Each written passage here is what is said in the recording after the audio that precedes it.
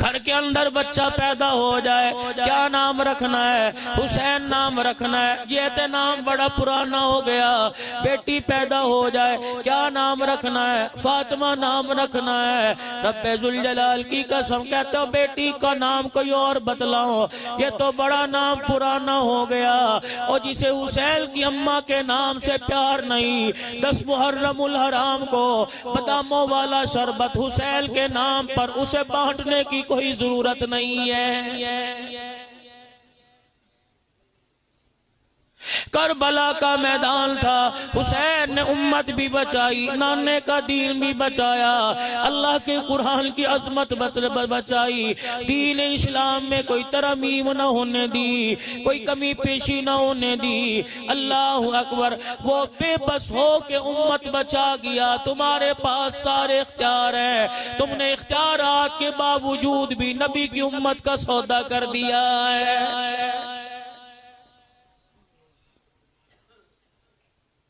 اندازہ لگا امام الانبیاء محبوب کبریا مدنی کریم صلی اللہ تعالی علیہ وسلم اور آپ کے گھرانے کو اس امت سے کتنا پیار تھا۔ جب حضرت علی رضی اللہ تعالی عنہ رشتہ لے کے امام الانبیاء صلی اللہ تعالی علیہ وسلم کے دروازے پر آئے، آقا اپنی بیٹی کا ہاتھ میرے ہاتھ میں دے دیجئے۔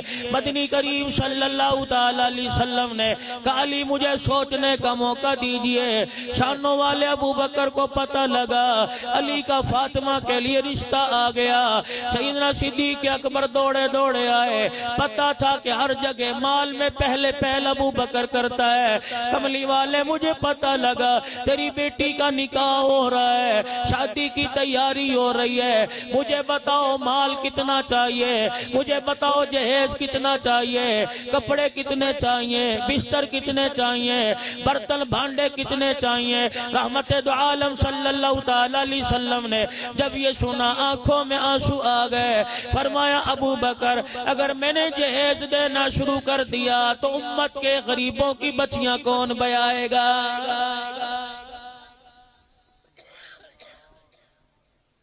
اما فاطمہ الزہرا رضی اللہ تعالی عنہ کو پتہ لگا میرا ابا اور میرے ابے کا یار جہیز کی باتیں کر رہے ہیں۔ اما فاطمہ بھی باپ کے قریب آ گئی، ابو جان آپ کو کس نے کہہ دیا بیٹی جہیز نہیں لے گی؟ ابو جان تیری بیٹی کو جہیز چاہیے۔ رحمت والے نبی نے حیرت سے اپنی بیٹی کی طرف دیکھا کہ بیٹی میری ہو کے جہیز کا سوال کرتی ہے، نگاہیں نیچی کی، اپنے باپے کا ہاتھ پکڑا، کہنے لگی او میرے ابو مجھے کپڑے کا جہیز نہیں چاہیے، مجھے لکڑی کا جہیز نہیں چاہیے، مجھے سونے چاندی کا جہیز نہیں چاہیے۔ اپنے ابو جان کا ہاتھ پکڑ کے چوم دیا، ابو جو جہیز آپ سے میں مانگ رہی ہوں قیامت تک کوئی بچی اپنے باپ سے ایسے جہیز کا سوال نہیں کرے گی۔ حضور نے فرمایا کیا جہیز مانگتی ہے؟ ابا جان آپ نے بار بار بتلایا قیامت کے دن رحمت کی چادر خدا کے دربار میں پھیلاؤں گا، اپنی امت کے بارے میں سوال کروں گا، اللہ کریم میرے سوال پہ میری امت کی بخشش کا معاملہ فرمائے گا۔ ابو جان اللہ سے تھوڑا سا اختیار مجھے لے دے۔ بیٹی کیا اختیار لے دوں؟ ابو جان کھڑے ہو کے آپ سفارش کرو گے مجھے بھی اپنے پاس کھڑے کر لینا، آنسو آپ نکالتے جانا، چادر سے تیرے آنسو میں صاف کرتی جاؤں گی۔ امت کا نام لے لے کے سفارش آپ کرتے جانا، آمین کہہ کہہ کے دعائیں میں کرتی جاؤں گی۔ امام الانبیاء صلی اللہ تعالی علیہ وسلم نے بیٹی کی سوچ دیکھی، اس پاس کھڑے ہو کر اپنی بچی کو سینے سے لگا کے رونا شروع کر دیا۔ جبرائیل علیہ السلام آئے، باپ بیٹی سے کہا اپنا رونا بند کر دو۔ اللہ جل شانہ نے فاطمہ کی التجا کو عرش عظیم پہ قبول فرما لیا۔ مالک کائنات کہتا ہے اے محبوب کائنات قیامت کے دن اپنی بیٹی کو اپنے پیچھے کھڑا کر لینا، امت کے گناہگاروں کا نام تو لیتے جانا، تیری بیٹی آمین کہتی جائے گی، میں اللہ جنت کے دروازوں کو کھولتا جاؤں گا۔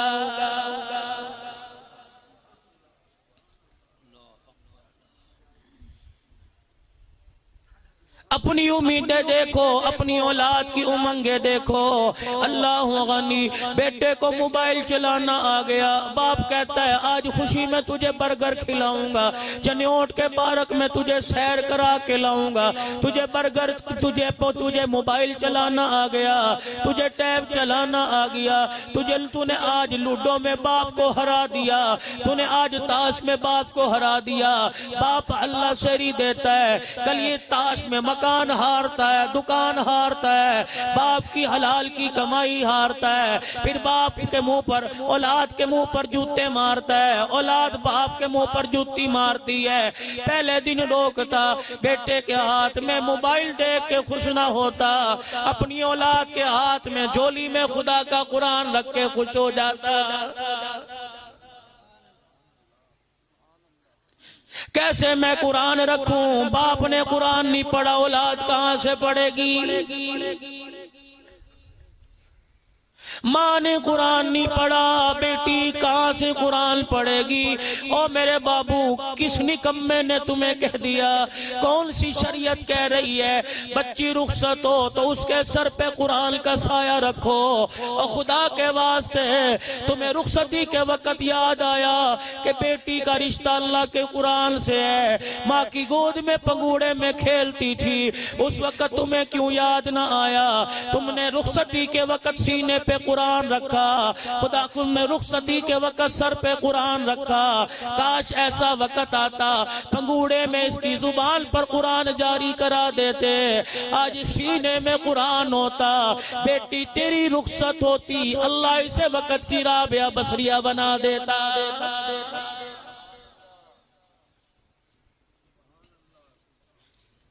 صبح سے لے کر شام تک بچہ پڑھتا ہے، ٹیوشن نہ جائے باپ کی ڈانٹ ہے، اسکول نہ جائے باپ کی ڈانٹ ہے۔ مجھے ایمانداری سے بتلاؤ، آدھا گھنٹہ مدرسے میں بچہ چلا جائے، 5 منٹ زیادہ لگائے، امی دروازے پر آ کے کہتی ہے مولوی صاحب بچے کو جلدی چھٹی دیا کرو، ہمارے پاس وقت کوئی نہیں۔ وہ لوگ کہتے ہیں قیامت کب آئے گی؟ وہ لوگوں، قرآن کی محبت دل سے نکل گئی، اب بھی پوچھتے ہو قیامت کب آئے گی؟ عشاء کی نماز کے بعد اگر تمہاری آنکھوں کا نور باقی ہے، اگر ان آنکھوں سے بدکاری نہیں دیکھی، ان آنکھوں سے بے حیائی نہیں دیکھی، عشاء کی نماز کے بعد ذرا آسمان کی طرف دیکھنا، اللہ اکبر، تمہیں اندھیرے میں کچھ آسمان کے دروازے نظر آئیں گے۔ مجھے بھی نظر آیا، میں نے کہا یہ دروازے کیسے؟ آواز آئی 1400 سال پہلے، رات کے وقت آسمان کے دروازے کھل جایا کرتے تھے۔ الہ العالمین کیا ہوئے کرتا تھا؟ فرمایا میرے مقرب فرشتے زمین پر آیا کرتے تھے۔ پروردگار عالم کیا ہوا کرتا تھا؟ فرمایا چنوٹ کی گلیوں میں کچھ میرے چاہنے والے رو رو کے میرے قرآن کی تلاوت کیا کرتے تھے۔ اللہ کریم، ان کی تلاوت سے آسمان کے دروازوں کا کیا تعلق ہے؟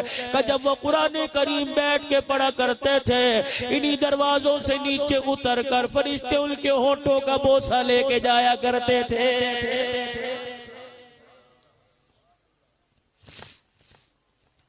آج آسمان کے دروازے کیوں نہیں کھلے؟ پتہ لگا فرشتوں نے زمین پہ آنا چھوڑ دیا۔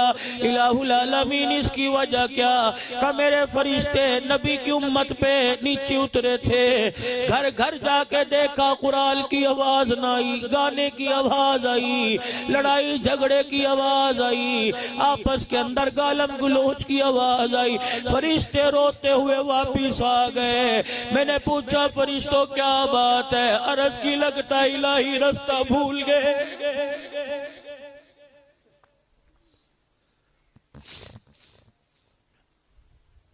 زمین نہ بدلی، آسمان نہ بدلا، فضا نہ بدلی، ماحول نہ بدلا، موسم نہ بدلا، امت بدل گئی۔